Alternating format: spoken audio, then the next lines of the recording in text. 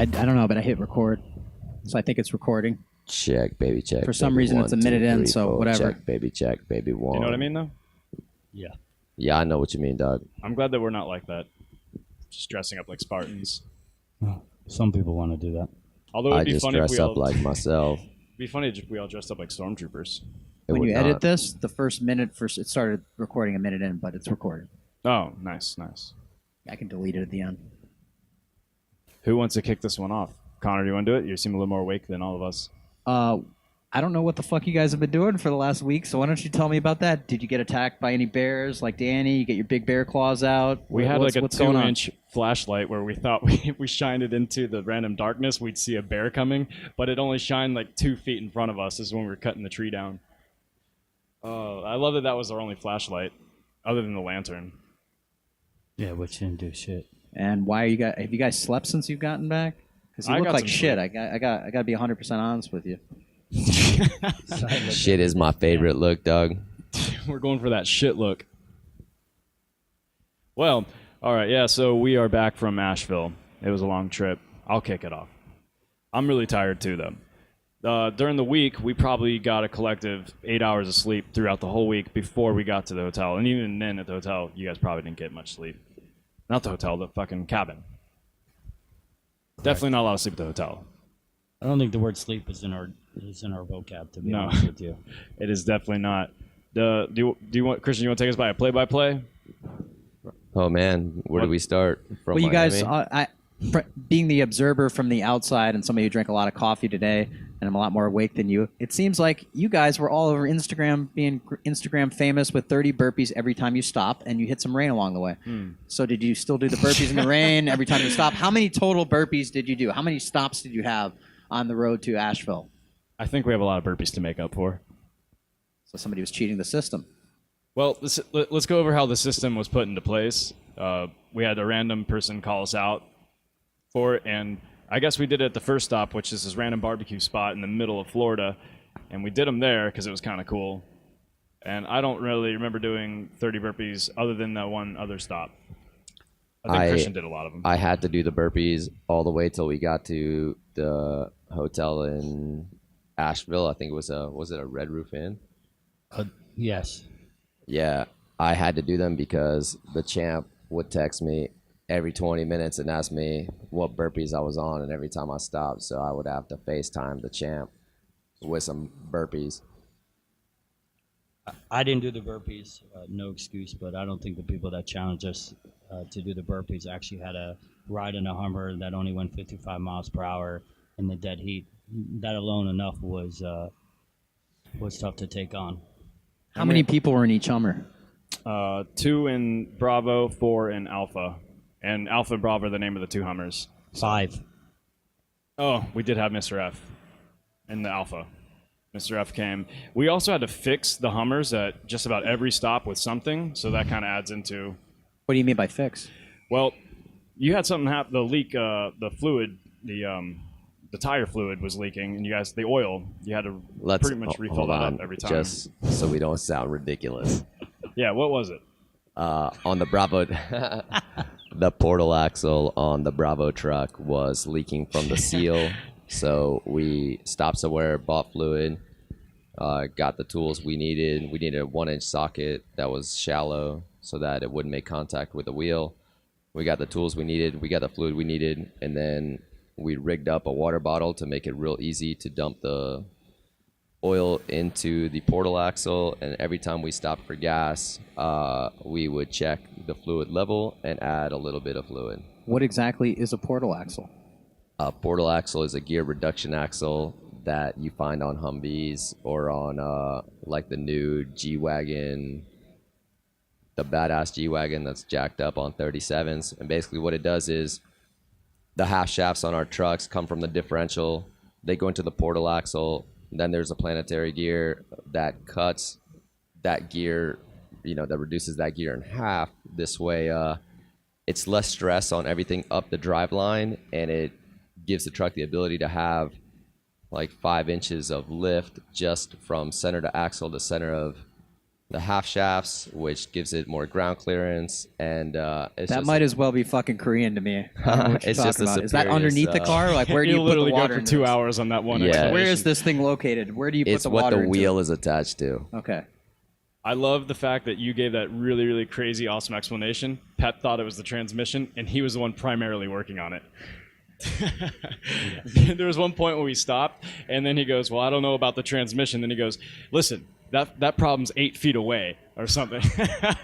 It's definitely not the transmission. It was not the transmission. That was pretty lovely. I don't know if I got that one on video, but I tried to videotape them at each stop, fixing shit. And then for Alpha, we had to get new doors. What was the other stop we had to do for Alpha? For Alpha Truck, we picked up doors at North Georgia, Corvette, and Muscle. Yeah. That was pretty legit. The dude Chris over there. Oh, we went to Liberated. I'm thinking that place to get the. Oh yeah, we went and collected some off-road supplies, which seemed to be necessary. We picked up a snatch strap from Liberated 4x4 in Georgia. Those dudes are really cool. They helped us map out some of the overlanding we did. They got us on the right path. They got us down to REI so we could pick up some maps, and then we basically kind of kicked off the adventure from Liberated 4x4. Yeah. It's like a 2-day drive to get to that point. Once we got the doors, I think we went from the doors to another hotel. Or no, we tried going and finding a campground. And this is actually, that was 2 nights in a row. We did that. Let's just say that everything that we planned prior to this trip almost pretty much did not happen. Which is actually a great thing. And what were you? Because I think it made for like one of the most amazing trips. As much as we planned and as much as it didn't go as planned, it was amazing. And yes, we brought all this camping gear. We So you didn't use any of it? Where were you guys Camp sleeping? one Just fucking day. Yeah, we used a blow-up bed at the house, and that was the extent of our camping gear use. I mean, so basically, timeline-wise, Yeah, you we should go mentioned rain in timeline. the beginning. We hit rain from Miami all the way to Asheville. Like, You no know, stop. so we, like a section on 75, we were doing, 12 miles an hour for over an hour. We were just really set back on time. So we decided to modify our route, which made us miss the first camping spot. And then we couldn't find a place to camp after that. We then modified our route again the next day, which led to us being in the forest overnight with no goddamn possibility of camping shit. How were the mosquitoes? Oh God, I just keep thinking Oh, how mosquitoes. We were looking for bears, dog. We didn't care about mosquitoes. Mosquitoes are the least of our worries at the that funny. moment. I just can't think. Let's go back to the first night. Just how funny is it that we're in the middle? We're in Gainesville, like literally around the University of Florida, just driving around to every nook and cranny that possibly said a state park, only to get there to find out it's like a 12-foot by like 12-foot like little grass patch and like next to a frat house. There's no adventure in it at all, and we're getting pissed and mad because everything's closing down. All the state parks are closed.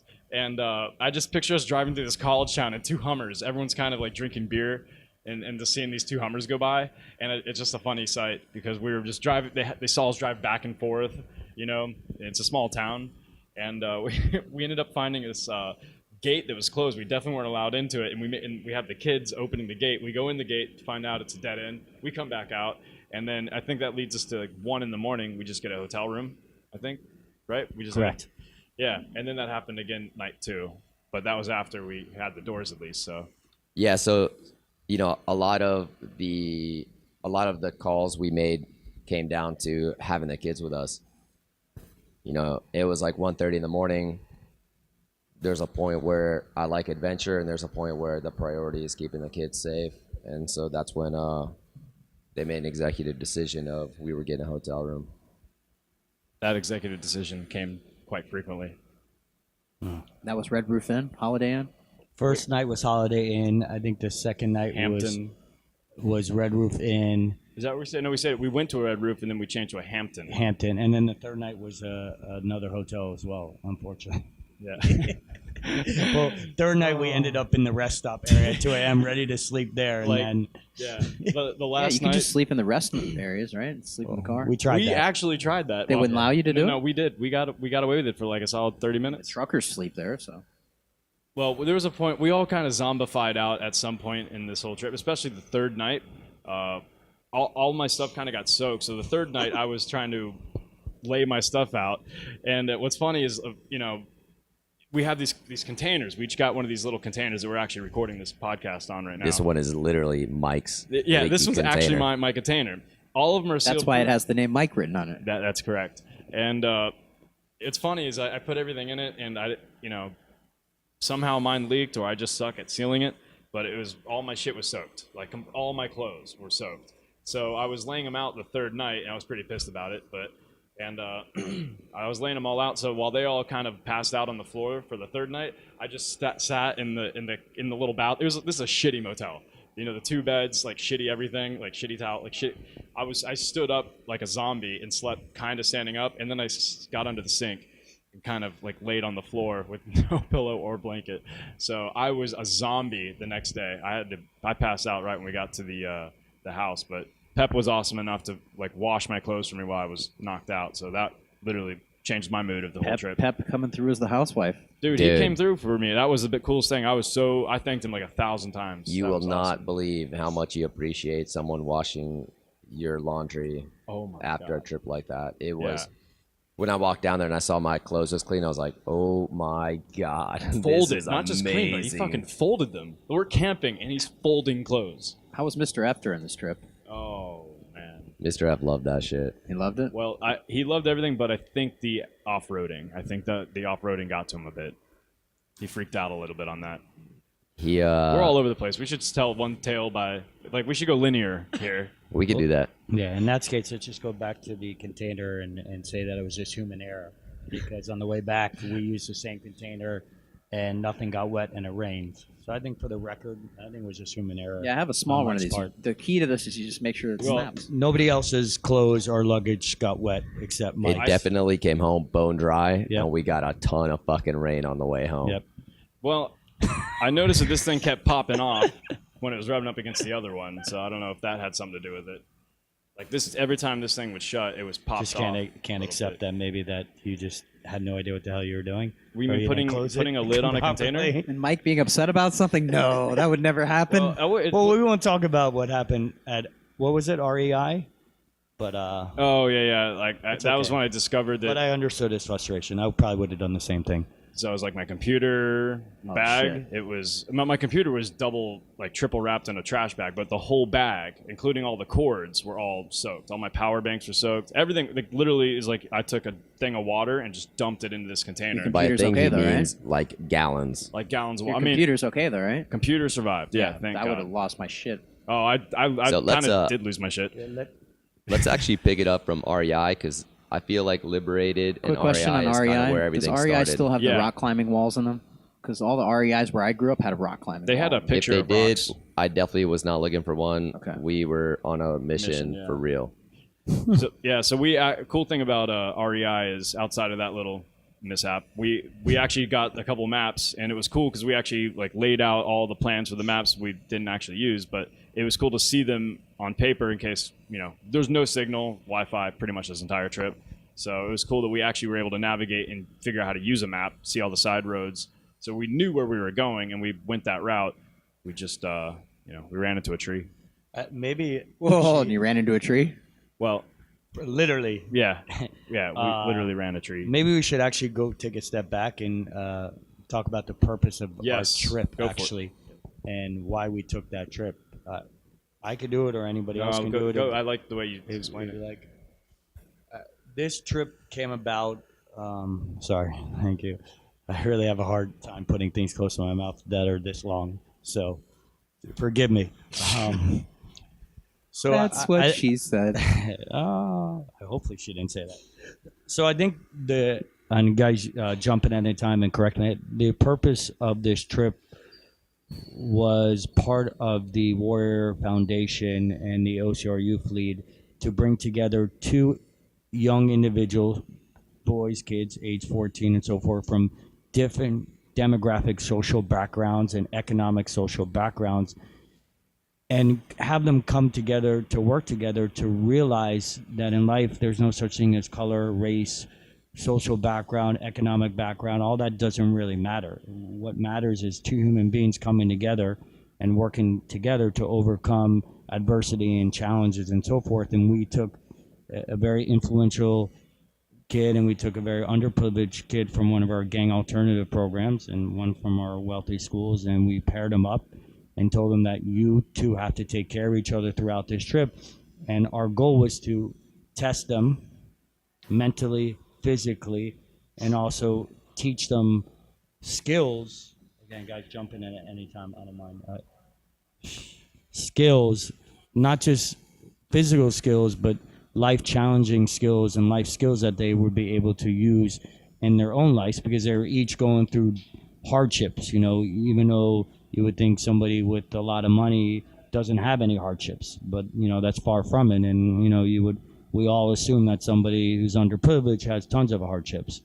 So it was really awesome to bring these two kids together from different demographic, social backgrounds, and take them through this adventure that we are kind of going back and forth talking about. And at some point we'll get on track and talk about some of the stories and some of the challenges they went through and a little bit about the race and so forth. But please jump in, somebody else. And yeah, one of the things that I thought was cool is we didn't let the kids bring any technology with them, so they had no iPhones, no Instagram. Like, they were just engaged the entire time. Like, they had to talk, they had to be teammates, and really by the end of the trip they were a team, you know. And it was to me it was fascinating. It was really cool. And we definitely pushed these kids past their comfort zones. We gave them responsibilities far exceeding, you know, their age or possibly what other people would think they could be responsible for. And through the adversity and through the things that they faced, these kids over the course of, you know, 6 or 7 days, they completely blossomed. I mean, let's talk about JB real quick. Here's a kid who's never left Liberty City, jumps in a Hummer. We are driving off-road from here to Asheville in the pouring rain. Half the trip we have no doors. You're just getting soaked. You're just getting dumped on rain the entire day. Zero comfort whatsoever, period. You know, we're just riding out. And we make it up to Asheville. We get to this cabin. We got this beautiful cabin on the lake. Let's thank Annalise real quick. Give her a shout out to you know, I say it takes a village. It really does. Annalise like really hooked it up, finding us a dope spot, and she's always coming through and making sure that she takes care of the shit that the 4 horsemen are definitely always lacking in the figuring out. So we get to this house. We got this sick house on the lake. This kid has never been in water, never been in a swimming pool, never been to the ocean. You know, at first he's scared to jump in the water. Before you know it, we're jumping off the roof of this place into the lake. And let's not stop there. You know, this is his first time in the water. He's jumping in with a life jacket. All good. We're making breakthroughs. On the drive back, we're having a conversation about adversity. We're having a conversation about challenge and how challenge creates growth. And we start talking about, you know, the challenges that we put ourselves through. We did that Itzler Goggins challenge to raise money for the foundation so we could take these kids on this trip. Our next big challenge is this Alcatraz swim. Here's a kid who has never been in water before this weekend, committed to doing the Alcatraz swim with us, which is happening just a few months from now. That's the type of mind shift that goes on. And if I could be proud of anything in life, it's 100% definitely that. Like, we definitely create a mind shift in these kids, and this weekend made it very apparent in an awesome way.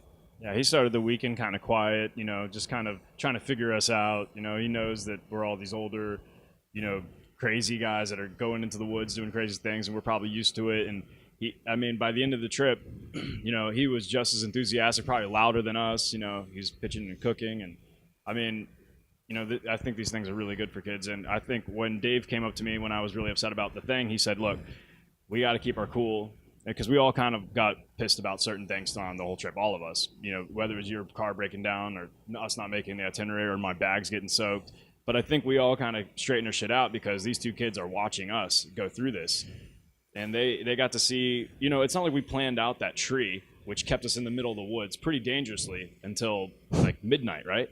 we didn't plan that. It's not like we planned that adventure. Like that was a real fear. They saw that we, didn't exactly know what to do, and we had to figure it out together. Like those kids weren't in the safety of our hands, like, as if we planned that.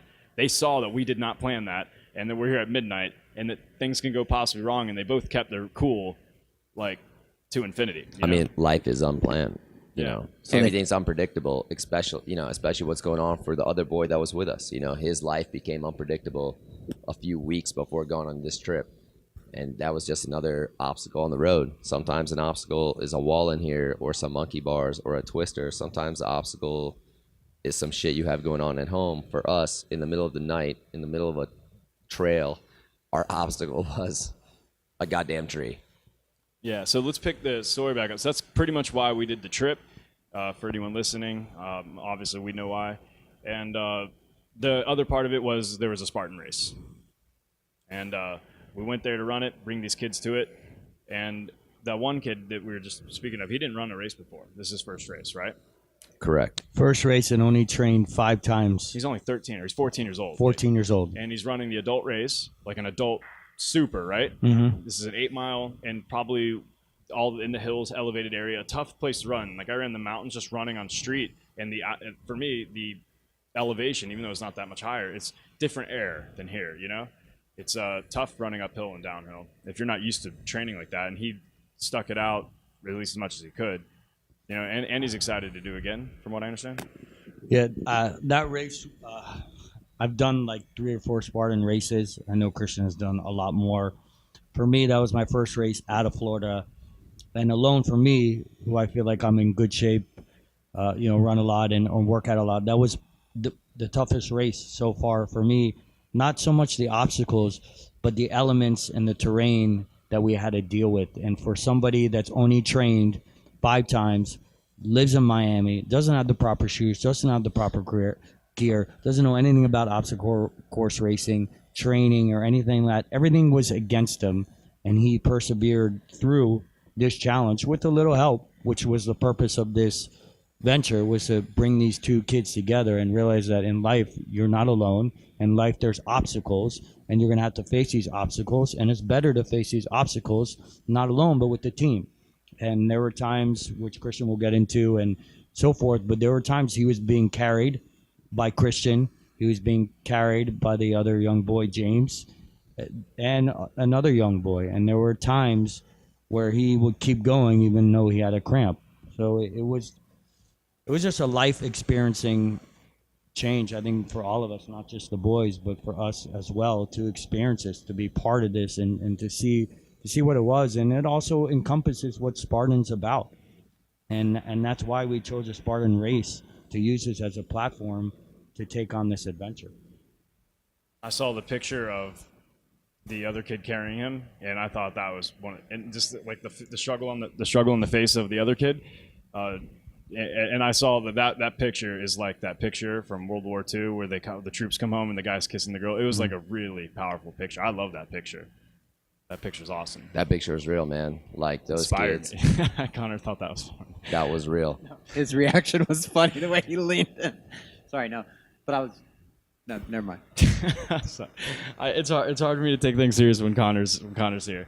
I haven't Am I seen just you in a a minute. jokester, man? Sorry. You are a bit, am, and me and you together, it's hard to take things serious. But in all seriousness, I thought that was really cool. It put perspective on the whole trip for me because, I'm injured and I can't do a single pull-up at the moment. And I was a lot of the frustrations from my shit getting soaked, me couldn't do a pull-ups is really starting to build up in my mind until I see those 2 kids, and then I'm just like, fuck, look at them, right? Let's take Look it one how fun. step further. These kids volunteered The whole day. They full were gone the volunteer whole shifts, day. dude. Like they put in a lot of work for Spartan Race, which is important for me because a lot of people take for granted that it takes literally hundreds of people to make an event like a Spartan Race come together. And it was very important for me that these kids understand there's no free rides.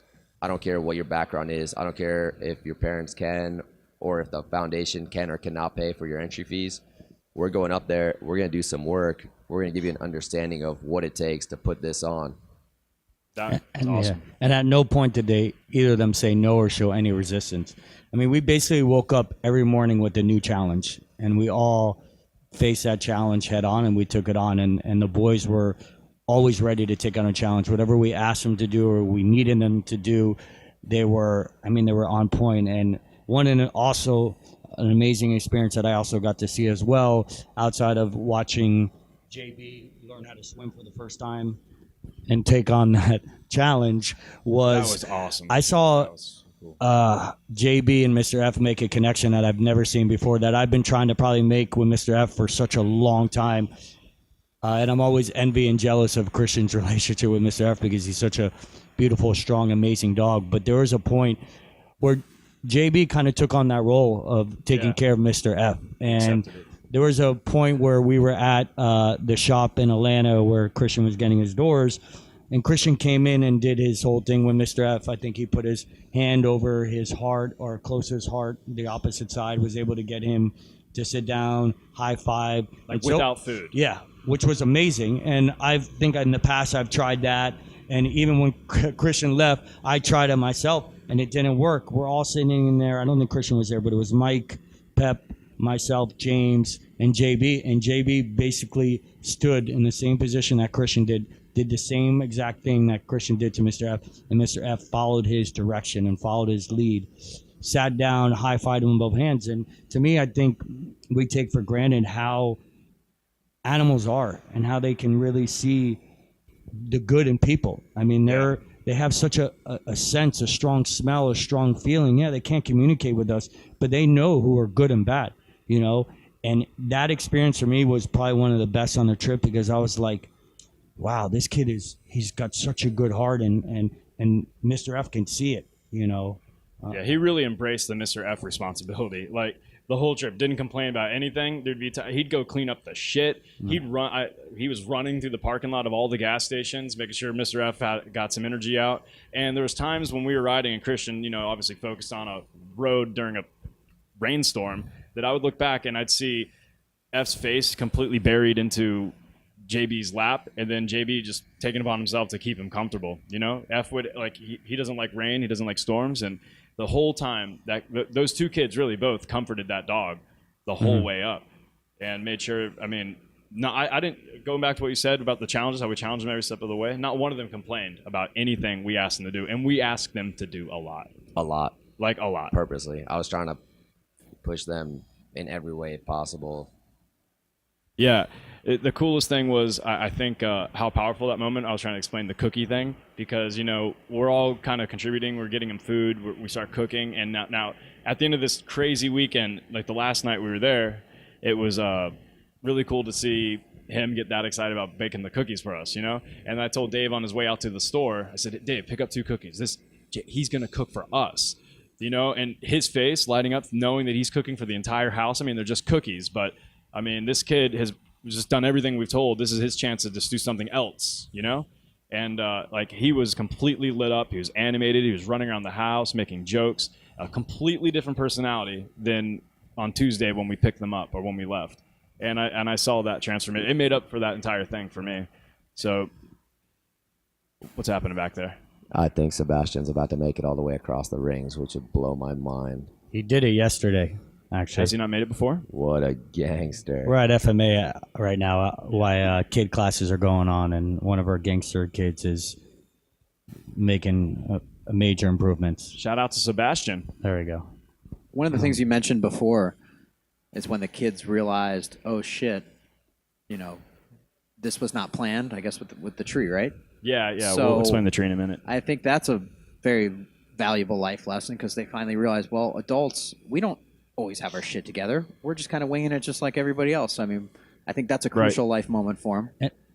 And I think what they learned in there, and I think what's one of the most important things that Christian does in the gym is ends every class with meditation. And one of the things that we focus on meditation is breathing. And I think they learned from watching us at an experience when we were in the middle of the woods, because I'm not going to lie, that shit was fucking scary. I mean, I've been in some pretty scary situations, which I'm sure everybody has.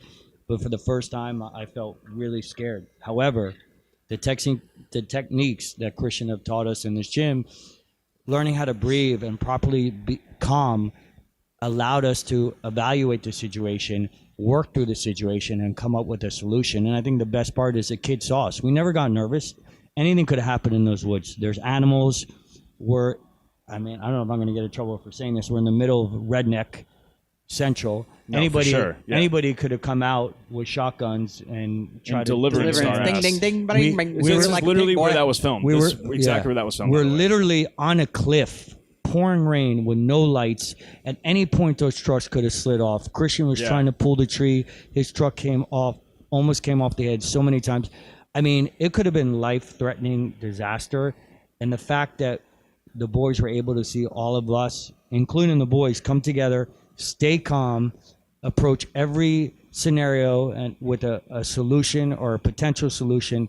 But again, the most important thing is that what we learn here at Focus Movement Academy and what we've been able to teach JB in such short time, and what we've been able to teach James in such short time as well, that these are life lesson skills that you can learn and apply in the real world. And I thought that was such a great example. It sucked to be stuck in that woods for 8 hours, but I would have never changed that, because I think that experience that they encountered as much as we encountered was life changing. Go ahead. Did you guys hunt at all or use the bow at all? No, we didn't get a chance to do that. We did not get a chance to do that. Here's what's up, though. Us failing that trail, I thought was actually pivotal. I have a hard time accepting defeat. You guys know that, obviously. I had a really hard time with the idea of we're not going to make it past these trees. And we were After out there we just cut them down. for hours. That was Cutting when it you were down. chopping with the machete? Yeah. So here's the How thing. long did that take? Go ahead. It took Christian. it's 6 hours. So here's the thing. We, leading up to this, I just looked through my Instagram. I had made a post about how, we were trying to get everything together for the trip.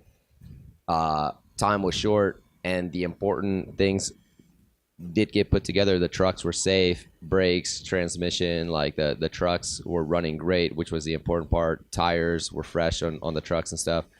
But we weren't able to collect all the things that we needed in time to leave. And what we didn't have was an axe, which is not really like me not to be prepared for an adventure like this. But we weren't, and that was just it. We had a machete. And you just bought the machete At I think. Walmart. Can we backtrack on that story Yeah. a little bit? Because I don't really Yeah, I mean, you let's- guys are all talking because you guys understand what happened. I'm sure the Yeah, people, right. anybody that listens to this is going to be like, wait, we're Yeah, jumping so all I'm- over the place. I'm getting that. So you guys are driving down the road. No, before that, we're starting here. We didn't pack everything the way we needed for the trip. We get on the road, and it's not until we're off road and we're in this situation that we realize, we need a way to hack down this tree. We didn't lose it. We strategized. We had a high lift jack. We could put some pressure on the tree. We took turns, and we cut down something seemingly impossible with only a machete, which just goes to prove, I think that was huge. Like, if you have the willpower, you can cut down a huge tree This was a massive fucking tree. So- just wait. with a machete. Where were you? How far were you from town? Were you driving down the road? Where were you going? We were 3 hours, or maybe were we We were 3 deep. hours into we were that pretty trail? deep into the trail. We were And probably is this North just- Florida, close to the border of Asheville. And what were you North doing? Georgia. You mean. North North Georgia. Georgia. Sorry. Yeah. Is this a trail leading Sorry. somewhere you're going? It what was were you leading doing? us to Asheville. Asheville. It was like So- a off trail. It wasn't like a main highway. It's like literally dirt trails that wrap around through mountains where there's Yeah. no service, there's no civilization. It just So what made you decide to take this trail? What were you guys doing? the We experience. were really. driving off road. We were trying to get to Asheville by taking dirt roads. Yeah, we planned the trip to go off-roading on the way up to Asheville. That was the plan, to take these Hummers that we have and put them to the test along with these kids as well and have a cool experience. Mind you, we were supposed to end that trail at probably 7 p.m., 6 Yeah. p.m. But Yeah. because of that tree, in the middle of the woods, a complete unexpected folly, really. We found this tree. So it was, do we continue on the trail to maybe a mile past, because we're almost there. So, or do we can't really turn around. I'll get to that in a second. Yeah, Because so- this is a 6-foot wide trail. How long have you been on the trail at this point? Hours, I think. Hours. I mean, we deep. total. We were probably deep. in that trail for at least 8 hours. So we get to the point where we cut the tree down, and we can't really move it. Even with the Hummers, we can't get it to budge off the trail. We figure out how we can get it off the trail, and then we notice that the tree actually had washed out part of the road, and there would have been no way to get the trucks safely across that like 5-foot space. Yeah.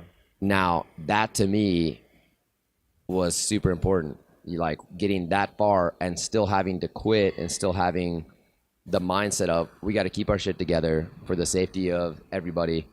We are still going to have to retreat and go back. And now unfolds, I guess for me, the most important part of the trip, sort of. And I say that because I really try to be big on mindset. I really try and push myself as much as possible, and I try and really focus when I'm doing shit. This took the most focus, Like a combined effort. Yeah. that I've ever had, because we got to a point where we now had to back up this mountain. And I mean, it's not like a smooth path. It's like treacherous off-road trail. It's pouring rain. It's the middle of the night, and we're now driving these Humvees in reverse back up this mountain till we find a turnaround point. Just to paint the picture a little bit more, we're on a trail that's literally leaning against a mountain where there's a pretty much a solid rock going straight up on one side, and about a foot on the other side of the Hummer, a drop into about 100-foot drop. So it's not like we were just on a random trail in the woods. I want to make sure everyone knows that there was a drop off. So the dangers of backing the Hummers up were very real, and it took every single one of us. And by the way, there's no light, no moonlight. It's pouring rain, so there's no moonlight. The only lights we have are the headlights of our Hummers, a dinky-ass flashlight, and a lantern. And so all four of us, Dave riding on the back, had to inch by inch back these Hummers up with Christian driving one by one until we fucking found like a cut in the mountain. Like, it was like probably 3 feet. Most sketchy thing I've ever done in my life. Dude, ever. he had to back into the mountain, like in that 3-foot cut, drive all the way to the edge where the tires were just at the edge. Mind you, the kids were away, so if Christian went down, he would have died. You're ready to abort mission and jump out of the Hummer and let it go over? Well, in case that happened? It could have was slipped. going- It was you know, raining for days. yeah. So it could have If gave the out. truck had gave out, I Yeah, was you were definitely going down with it. abandoned I'll seat belted into this motherfucker. Yeah, and so we had to pull the truck up to the edge, back up to the mountain, and then slowly turn around. And I guess that Victor, it took Pep, Dave, me, and Christian all on 4 sides of the Hummer. Dave almost lost his leg in one part. Almost, but no casualties. We made it clean. But we finished that shit, and it was like, that was the best accomplishment for me. It's like we turned it around. And especially after we spent 6 hours getting that little minor victory of cutting the tree in half, just to be told, all right, congratulations, you still have to fucking turn around. Now, on the way back, let's paint this picture. We crossed some creeks on the way out. And between when we crossed the creeks the first time and when we crossed it on the way back, it had dumped hours of pouring rain. And now the creek crossing, which was pretty minor on the way out, was up to the hood of the Humvees on the way back. And I mean flowing hard and fast. Yeah, and to paint another picture, let's just not forget that we had to climb up a mountain to get to the point where we were. So what we really had to do also on the way back is go down these steep mountains as well. And Pep and I don't have the level or experience that Christian has in survival mode, let alone in riding a 4-wheel drive car. So I'm not going to lie, that's probably my first time, well, my second time driving 4-wheel drive, but first time ever in terrains like that. So again, going back to what Christian always harps on is mindset. That's the only thing that got me through that, because, and that Christian being a huge trooper and guiding us through the walkie-talkie, low gear, high lock On walkie-talkies. on walkie-talkies. But I'm not gonna lie, looking down, it was like a roller coaster. Right. And my only fear is, I'm gonna lose control of this Humvee and we're gonna go sliding down. I've never done this before. It's 1 o'clock in the morning. It's pouring rain, but I just kept telling myself, calm, breathe. You can do this. Everything in life you can do. And that, again, what I learned here helped me get through that. So to paint that picture a little more, it wasn't like we just turned around the vehicles and we just went back Jollied off, down. yeah. We had to go down. And we'll be posting pictures and we'll be showing a video. So when listeners are listening to this and they want to get a better picture of what it really looked like, I'm sure we'll be posting our Instagram pictures, our handlers, and so forth for people to know. Yeah, that was Christian would every step of the way. He'd go, all right, low gear. When you hit this rock, low gear first, our first gear. and take your foot off the brakes. Don't brake here. Like the entire time while Christian was concentrating on not letting our car go down, he was pretty much guiding you step by step what gears to throw in. And the great thing is, yes, we were a team, but every team has a really good leader. Christian stepped up there. A leader Good that's job. somebody that wants to listen to, somebody that wants to follow, not a leader that's going to demand, bark things, and so forth. So I think that made it a lot easier. Yes, we all worked as a team, but I don't want to discredit having a really strong, true leader as Christian that was able to get us through that situation and understanding that. Dude, it was dope. You guys are gonna choke me up. That's good. Well, like we'd be kind of screwed if we would be kind of screwed if like you, me, or Pep go, all right, guys, this is what we're gonna do. Oh, we would have been dead. We wouldn't be having this podcast. They'd be just now discovering our bodies in northern Georgia. 3 bodies found in northern Georgia this week. And I understand that Christian might get choked up, but I also think it's great. One of the things about this trip was that every scenario or every incident or every situation we had, we worked as a team, but there was probably a different leader every time depending on what the situation was, which is amazing. It just happened that Christian was the leader, probably one of the most important parts because it dealt with our life, saving our lives, but that's a great thing about this trip. And again, to go back to the beginning, the experiences that we're all suffering I think I'm from going to this. tape the mic to my mouth next time. The experiences that we encountered and are just life-changing. I think Pep made a post that says there's words and images that can't even begin to describe what took place over this past 10 days and the purpose of it and the challenges and the life-changing it had on these 2 boys, that you kind of had to be there to experience it and see it. And I think people that know them closely will see the change as time goes on. And when we were caught in the tree, did anyone else have like adrenaline that a fucking bear might jump out of this darkness at any time? I mean, when he saw eyeballs, Yeah. he's like, "There's eyeballs looking at us." I I'm was like, actually, that was "Fuck, elevated here on we my go." fear list. Like that, because I kept thinking about, the bear, and I've been watching these hunting videos and like checking out like how much the bear population has grown in this exact same forest that we're in. And even Danny taking a video from somewhere, not that far away of him running into a bear literally on a trail. And this is middle of the night, pouring rain. Bears are probably out, trying to find food for their young. And Probably a we're possum all. or coyote. What's up? Probably a possum. Yeah, well, we were the possums here. Look, I had a fear of a bear and people coming out and shooting us, but I felt very comfortable, one, because Christian was lock and loaded and I was behind him, and 2, Pep was in front of me, so worst case I would have pushed him and ran. There's one That's the way point it works, where I right? wasn't joking, but I asked Christian. There's one point where I wasn't even joking. I go, and I always turn to leader Christian. I go, Christian, should I load up the bow?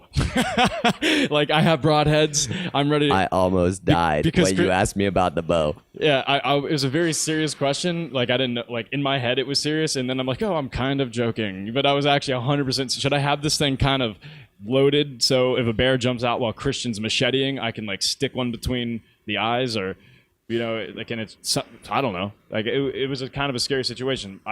Again, we had no flashlights. Lesson learned. Like powered flashlights. We had just the headlights of the car. So left and right, we can't really see what's coming up. Even though there's a ditch and a mountain, but still. If I go with you guys on one of these, which I plan on doing in the future, I'm like a prepper where I have like a checklist. Here's all my survival items. Here are the things I do.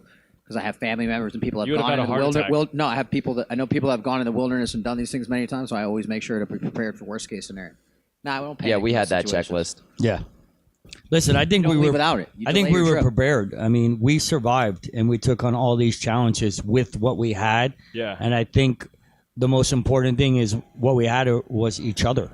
And we all had certain skills that we were able to put together in order to overcome everything. And I know we've spent a good 30 minutes on this one obstacle in the forest and the off-roading. But again, obstacles in the Spartan race, obstacles even working. I mean, we worked, like Christian said, full shifts in the dead heat sun, working, without, things that we take for granted, suntan lotion and bug spray and food.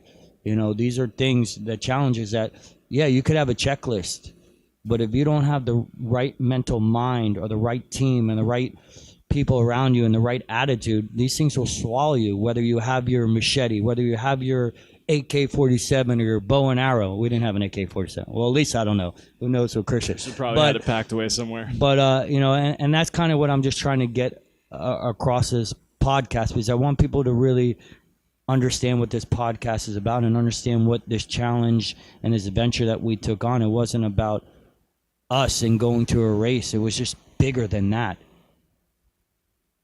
Yeah. 100%. Did you not have an axe on your checklist that you mentioned earlier? You Well, didn't? I'm sure it's going to make we the next did. trip. We had an axe. We had a snatch. Like, we actually had a thorough checklist, and then we had a checklist for each truck, and then a checklist for total that we would have just in one truck. The thing is, you know, leading up to going on this adventure, I worked open and close every single day the gym was open. We had to mount we had to replace all 4 half shafts on the Alpha truck. We had to mount and balance the tires on the Alpha truck. No tire shop would do it with the beadlock wheels. So we ended up, you know, myself, Dave, Leo, Mike, all of us at different points in time ended up just getting Alpha truck ready to hit the road, and the truck literally wasn't ready to hit the road until 40 minutes. No, 40 minutes Correct. past takeoff time. We left 40 minutes late, and that whole Monday, all we talked about was we need to go to 4-wheel parts. We had a whole list. We had a very detailed list of things we needed.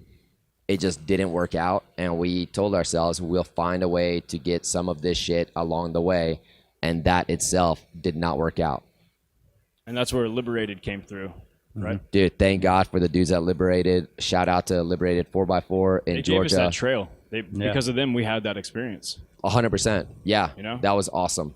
And I wish I could, you know, I guess we've told them how cool it was, but we should probably call them up or hit them up on Instagram and say, hey, this is a really dope story, or listen to this podcast and hear what we went through, you know? And again, I mean, every day was a challenge. We haven't even talked about what happened at the Spartan race with one of the Spartan runners, which was a crazy an experience. I mean, I think Christian could talk about that. I think it was. That was crazy. So, as some of you guys may or may not know, when we run, a bunch of our athletes or ourselves will run a early wave just to get some time, just to try and run for time, and then we run as Team FMA as a unit. And I mean, whether we're 10 deep, 20 deep, sometimes 57 deep, we run as one pack, 57 deep down the trail, calling roll call, making sure everybody's tight. So as we're running the trail, myself and Dave are at the back of our group, and we encountered this girl. She's sitting down. She's having a real hard time. Her whole team basically had left. It was just one chick. It was one girl with her, right? Correct. There's one girl with her, and I sit down next to her, and I'm like, hey, you know, we got this. You know, we just got to get to that next water station, and we'll get you hydrated. And she's like, I wasn't prepared. She's like, I didn't know what I was getting myself into. I'm like, yeah, look, it's all good. We're not going to leave you. I'm like, we'll get you safely to the next spot. She goes a little bit. She falls down and just starts crying hysterically. Like she's really emotionally broken at this point. We get her back up. And I know there's a fire road coming up pretty close to where we're at. And we get her back up, we get moving again. And before we know it, boom, she falls down again. She falls, lands flat on her ass, and then just passes out and just flops over. And I'm like, oh, fuck, this chick is out. So now, you know, trying to go through the basics and make sure she's safe, make sure we can lay her down, you know, make sure she's breathing.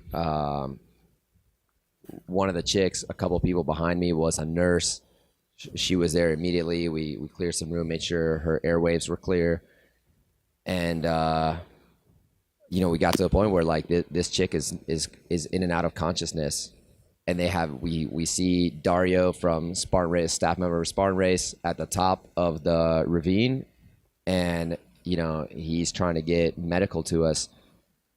There is no way of getting medical exactly to where we're at, and we need to get this girl off the mountain immediately. So I'm like, all right, we are picking her up, and we are yoking her out of here. Now, mind you, I'm not a doctor, obviously, but I saw her fall, and myself and the nurse behind me, there was also a PA behind us also. We know she didn't hit her head. She didn't have any spinal injuries. She was just completely dehydrated and just fell out. So I don't want anybody to think that I would pick up somebody that's like eating shit on the trail and possible has head or neck trauma and try and move them around. Obviously that wouldn't be a good thing. We just had to get this girl out of the situation she was in. So myself, this other dude, pretty jacked dude with no shirt, yoked this girl up, and all I'm thinking is, God damn, I wish Dave was here right now to help me out. And just out of nowhere comes the fucking beard Jew. And Dave grabs her legs, and I'm like, oh, we got this now. So we start making our way with this chick up this face. I mean, anybody that was at the race understands exactly what I'm talking about. These faces are maybe 20 feet. We think it was 20-ish feet from the floor to the top. Steeper than, as steep as you would put a ladder up against a wall to try and climb up, but it's slick, it's wet and muddy and totally slick. Rocks. We're trying to get this girl up. You're going off the trail. No, we're going up No, the it's trail. part of the trail. We're going part up of the So trail. you're carrying her up. Yeah, as I part mean, of the this trail. all happened in the like woods. a ski slope without the snow. No, way steeper than that. It's Like a black diamond. it's almost no. It's like Double black? straight. No. It's almost vertical. It's something you would need a ladder to get up. Off trail, double black diamond. It's not a ski slope. It's vertical. Like I can't really I explain think it. the more than that. latter example is a good one. Yeah, like it's more than a ski slope. So did you It's guys carry her vertical. like one of those cartoon? Like who? You had the legs. You had the. So You'll see. pretty much? Dave was at the bottom. Myself and this other gentleman were on either side of her arms, and we're going up inches at a time. Now, most people were being really cool. I think you would agree, Dave. Most people were like being really, really cool, backing up, trying to clear a path for us. And then, dude, anybody that's done an obstacle course race doesn't have to be a Spartan race. If you're trying to go fast at 5 p.m, you're probably an asshole, right? Because there's like 100 waves starting at 7:30 in the morning for anybody trying to run fast. Yeah. So there's a few people trying to get past us, like they're gonna set some world record at the race while we're trying to get this girl up this mountain face. And it was at that point that Dario was like, if anybody tries to come past these dudes, you are never racing a Spartan race again. I have your headband numbers down.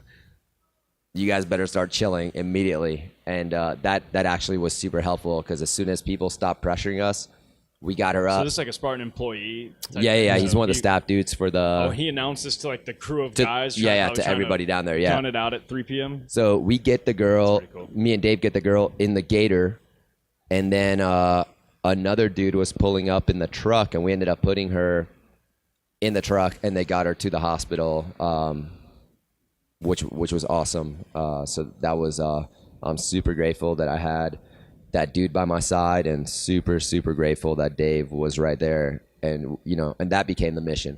So I was like, that book I was reading that Navy SEAL wrote when he wrote it to me, is like, live in the 3-foot world.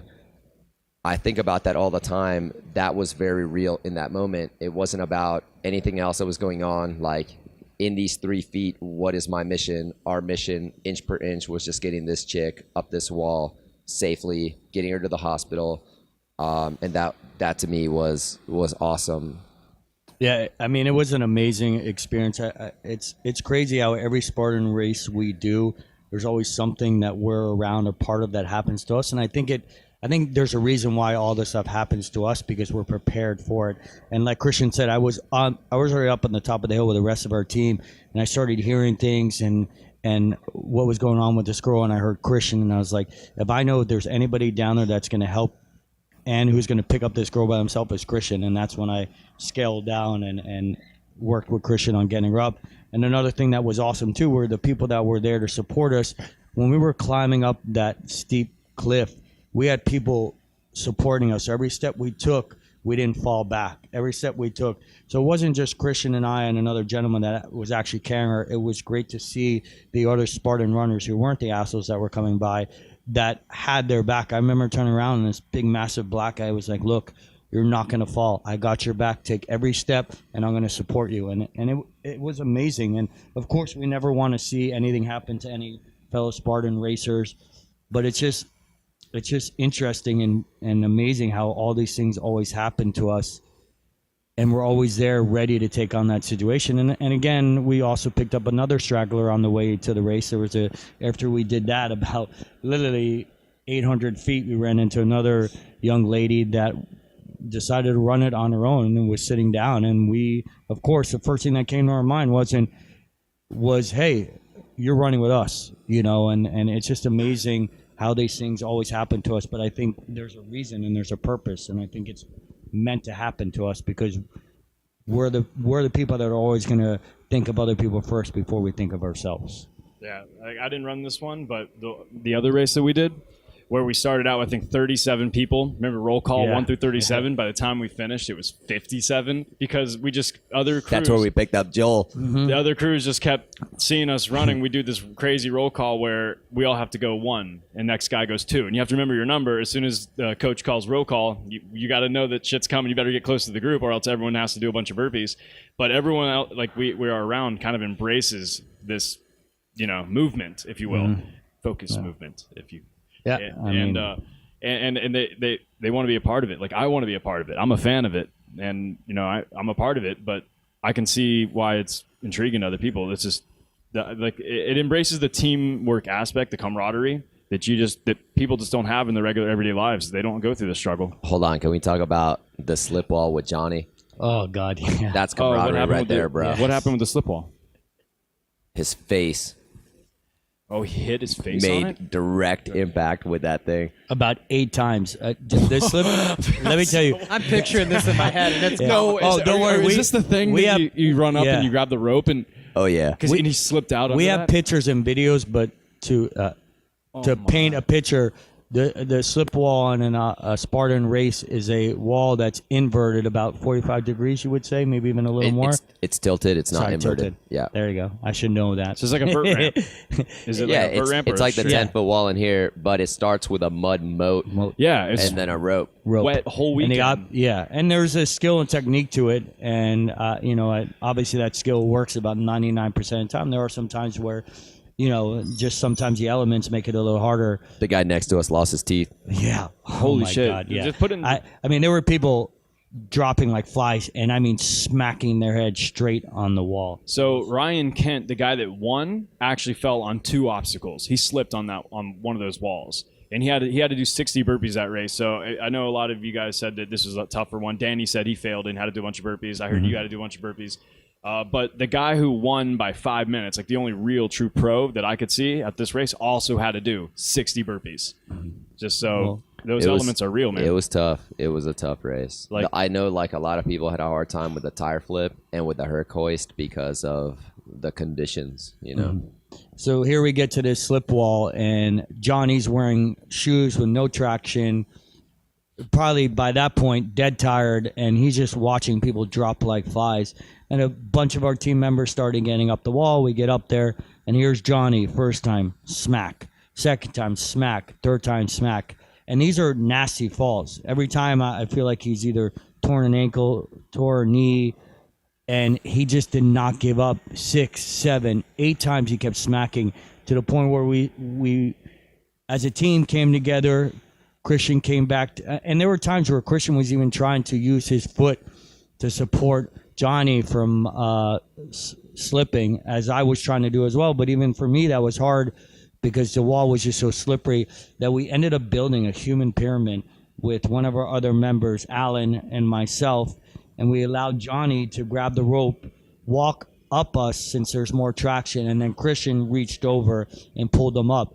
But the perseverance that this kid had, the fact that he didn't give up, and if we had video, he hit himself on that wall every time he fell. I mean, sometimes it was legit hard enough that a lot of people would have just quit the race. Forehead? He's hitting his forehead here? I mean, he hit his face. I'm not exact. Like, his face made over and contact over with the again? wall. Yes, and he could have burped it out. He could have given up. He did not. He looked at that wall and says, "You know what?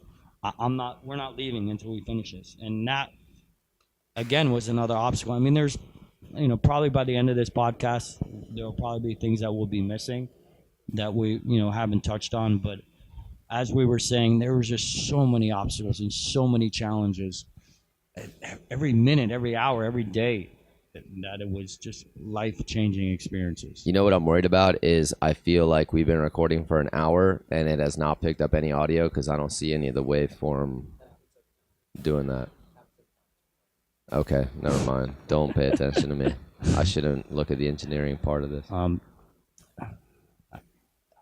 Yeah, and then and throughout that race, there were challenges. Again, helping the young lady out of the woods, picking up a new teammate, Johnny, going through the slip wall, and then when we started getting up to the climbing wall, he was cramping, and there were issues in mental and physical toughness that he was dealing with, but he kept going, and with the support of his teammates, as we touched earlier in the podcast, Christian took on the part of carrying him a little bit. James took on the part of carrying him. A gentleman by the name of McLovin, we won't say his real name or his other nickname because he does not deserve it. But even he at points was carrying Johnny. And at the end of the day, Johnny finished a race on his own 2 feet. There were times where he struggled and he needed help. But to me, that was the most impressive thing I've ever seen in a long time. He wasn't the only first-timer this weekend for our team. Oh, yeah. Well, I would let you touch on that because I think that's holds more. So, Fide Bizotto is now a Spartan racer. Spartan Officially. Now, this guy, I've known him for several years now, and when I pretty much met him, he was just going into surgery. I mean, the guy could barely walk. Man, your dad was in bad shape. I think your dad has now, progressively become one of the more upbeat people in this place. And, I mean, I'm just in the same boat as everyone else. To see him finish a Spartan race with your mom and your daughter is extremely important. It was absolutely amazing. I mean, it's amazing to see. Anytime I have an opportunity to run with the champ and with my mom, it's awesome just to have 3 generations of us, running a race. I think that's dope. But this weekend on Sunday, I didn't realize that most people from our crew were either running early or not running at all, and we found ourselves on the start line, and it's just our family. It's just Nona, and the champ and myself. We always had to deal with a little bit of red tape that we have every time we get to a start line with the champ, but we got through that, and we take off. And the night before, Dr. Danny's like, listen, as your best friend and your doctor, I advise you not to let your dad run tomorrow. Yeah, I know. And I'm like, Danny, I got this shit. We're going to go real slow, and I'll make sure I'll be right next to him or in front or behind him on all the descents. I mean, this is coming from Danny, who's a amazing athlete, big wave surfer, obstacle course racer, ultra marathoner. He raced on Saturday, knows the course inside and out, runs age group, like legit dude. For him to be worried about the course gives you an idea, paints a picture of how severe the course was in real life. Needless to say, one foot in front of the other, no got through the whole thing, and there were times that he was being a little grumpy. We're going through a lot of water with a lot of big ass rocks, just trying to break your ankles the entire time. But he persevered. He obviously missed a bunch of obstacles, although he made the spear throw, I think. I don't think he would have listened to you if you told him not to. About a week ago or a week before we left, I came into the gym. I see this thing flopping back and forth, hanging from one of the monkey bars, and I'm like, oh, who's still here? And I get closer. I'm like, well, they have gray hair. Who could this possibly be? I see Nono hanging from the monkey bars, like as if preparing for this race, as if because he comes in every day, and he'll run with Valentina, his granddaughter. He'll come hang out with us. He runs the block. He's been training, and now I see him hanging from one of the monkey bars, just swinging back and forth, as if to see how long he can hang on for. I don't think anyone was telling him not to run this race. It's pretty awesome. It was awesome. The awesome part was we get to the slip wall again, and now Nona's having a hard time up the slip wall like Johnny. And when we get to the slip wall, Pedro ended up doing that race on Sunday, catches us at the slip wall. So now we add a teammate to Team FMA. And what I learned from that slip wall experience with Nona, I wish I had done with Johnny. She kept trying to walk up, but she either could focus on her feet or her hands. So I got her to tie her hands up in the rope. I got up the top of it, and I just pulled her all the way up. And I'm like, oh, fuck. Why did we not do that on Saturday? Oh, that like was you just so like a pulley genius. system. You just I just pulled her up. She just locked her hands in that rope and didn't have to re-grab it. And I pulled her all the way up to the top. But the human pyramid looks kind of So cool. you did the Hercules hoist. You twice hoisted then. Nona. Yeah, You hoisted Nona. Although twice on Sunday, once on she Saturday. probably wasn't as heavy as the actual hoist from what I hear. With it being soaked and everything. The hoist is pretty heavy. I didn't have an issue with it. I yoked it both days. But it definitely was heavy, and it was definitely slick, dude. I mean, look how many people we saw not be able to pull that up. It's crazy. Like, yeah, it's crazy. You know, actually, the champ just came in during this. I thought she was going to get on this podcast for a second. She came in while we were recording, and she just ran away. Yeah, I mean, just She had a wake-up call this weekend. yes, she did. A good one though. A little smack in the face. We all need that every once in a while. I guess you can tell me what that is after. Yeah. A little humbling experience. So, I mean, as you guys can see that, I mean, just every day was just filled with challenges and obstacles, but such breakthrough moments and such amazing life experience that I think we'll never forget. And I think, again, shaped us. You know, even though unfortunately, I was working all day Sunday, so I wasn't able to experience what Christian was just talking about with his father, but that moves me as well, and I envy that, and you know, I wish I can have that experience with my father, which I can't, but that I felt like I did get some of that experience because you know, Christian's father is just one of us, and he's like a father to all like of our us. dad, yeah. Yeah, Like I mean, leaving for this trip, he was just making sure, okay, do you have this? Do you have this? Make sure you're doing this. Make sure you're doing that. And he was giving us stuff, and I was just like, it's so when I heard he did that, and again, that race alone, not the obstacles, but that race alone with the terrain and the elements was an obstacle in itself.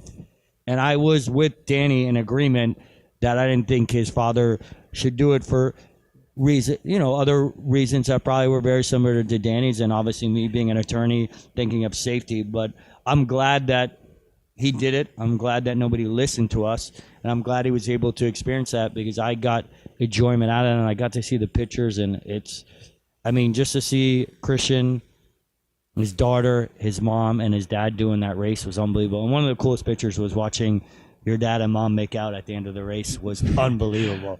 You know what's unbelievable is, man, 40 years, and through thick and thin, they still love each other. It's they are a great story. Bro, I love your family. Envy that. And you weren't there for this. I remember specifically you came in, but that night after you guys got back in the race, I'm sitting there on the couch with Nona, and we're watching the videos of like our drive up, and they like looking at pictures of Dave in his outfit, like the videos. They were in tears laughing. I mean, I just saw a moment where I saw everyone just crying, laughing at these pictures. Everyone and all we're doing is looking at clips. It wasn't like a put together video, but just showing the ridiculousness of what we went through, just to see how they were both the super stoked, like high on the accomplishments and just having a good time. And it was just a moment to kind of reflect. Like the whole weekend was a struggle. Everything just sucked the entire time, but that was the time where we kind of got to see, well, look at this. Look what we did. It was epic. It's kind of cool. And that's just the first one. Just the first one. And of course, I guess we got to wrap pretty soon here. We got class, but it doesn't end. Right when we get back, Dave drops a damn, cap off a tire down one of the Such a fucking moron. rain drains. Situational awareness. It would have twice on this trip. If I would have been listening to Christian on situational awareness, yes, Mike mentioned earlier that Christian almost killed me, but that was my fault because I put myself in between heavy 4,000 pound machine and a tree, and then here I'm trying to change the oil on the rear left axle, and I'm doing it with a drain underneath the truck. So again, I kick myself in the ass because Christian always harps on situational awareness, and I don't think we realize how important that is. Yeah, And you- yeah, so basically, both Pep and Dave got in a into this drain. drain behind FMA, which probably has We AIDS have in it. photos. Oh, we got lots of video. I got longer video of them in a drain than I think the entire trip, just because I just filmed the whole thing.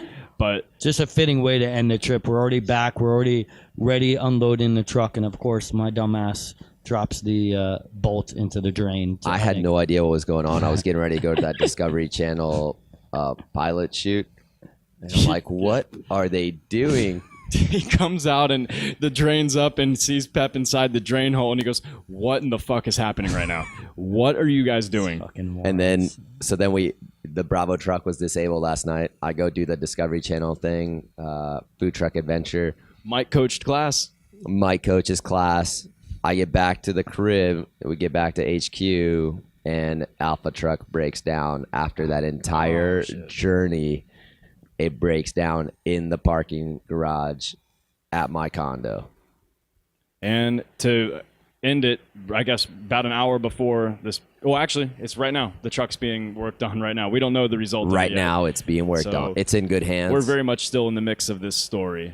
So Guys, everybody that's listening to this podcast, please follow our Instagram. Check out the video that Mike's going to post, and really understand the purpose of this trip, and really understand why we took this trip, and make a I would say your why, or make a commitment to yourself that there's something that you're going to do that's going to change you, and also help support us in what we're doing. I think what we did this past weekend is very important. I'm not trying to pat ourselves on the back, but I think we're really trying to make a difference in this world, and whether it's one kid at a time or not, and we can definitely use all the support in order to help, in order to keep changing people's lives. it's definitely evidence that we're on the right track. Yes. 100%. Connor, thank you for talking so much. We appreciate Yeah, it. Connor didn't say as much because he didn't do the trip, but appreciate you sticking it out with us, man. It's all good. You were there in spirit. You were there. You were there. in Hashtag spirit. RX Coffee. Hey, well, wait a second. Let's take a second. Did you see the Hold on. logo? Does he know? By the way, What? yeah, that was It's a awesome surprise, that you man. put the logo. I actually told somebody, I was like, yeah, one of my boys put my coffee logo on his Humvee. I thought that was pretty sweet that you guys did that. That You was should have awesome. I saw said. the You got to video. say it like this. And My by the company way, sponsors that. yeah. And Yeah. by the way, I got a good laugh out of some of the photos of you too. I think I messaged you on one of them. I'm a Oh, clown. you guys wait. You just wait. Yeah, the Alpha truck got stickered up with the You haven't important seen nothing logos. yet. And I want to thank everybody that helps us out. Like super thanks to FitAid, obviously always coming through and helping us out, and then thanks to RX Coffee, Coffee Keeping us McGregor woke. over here, keeping us awake, super legit. Jail Audio for coming through, even though we don't have the stuff installed yet, and they're sponsoring the trucks. That's awesome, and everybody else, man. It really. Man, lately at this stage of my life, like that saying, it takes a village, becomes more and more apparent every single day. And it definitely does take a village. And I appreciate all the little villagers that help put this shit together. All right, guys. Peace out. Dope.